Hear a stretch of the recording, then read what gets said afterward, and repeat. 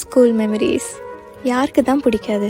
அரைகுறையாக கிளம்பி பளிச்சுன்னு துவச்ச யூனிஃபார்மை போட்டுட்டு எண்ணெய் வச்சு தலை சீவிட்டு அம்மாட்ட திட்டு வாங்கி பிரேக்ஃபாஸ்ட்டு ஸ்கிப் பண்ணி ஸ்கூல் பஸ்ஸில் தூங்கி வலிஞ்சு கிளாஸ் ரூமில் போய் உக்காந்தா உன் ஃப்ரெண்டு வருவான்.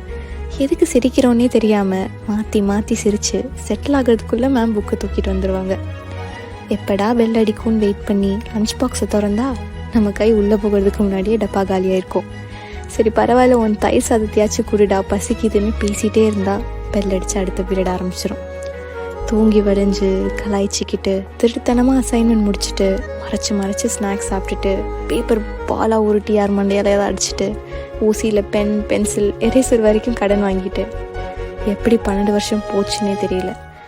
ஸ்கூலுக்கு போக பிடிக்கலைன்னு சொல்லி கெஞ்சி லீவ் போட்டேன்னா இப்போ என் ஃபேவரட் மெமரி எதுன்னு கேட்டால் ஸ்கூலுன்னு தான் சொல்லுவேன்.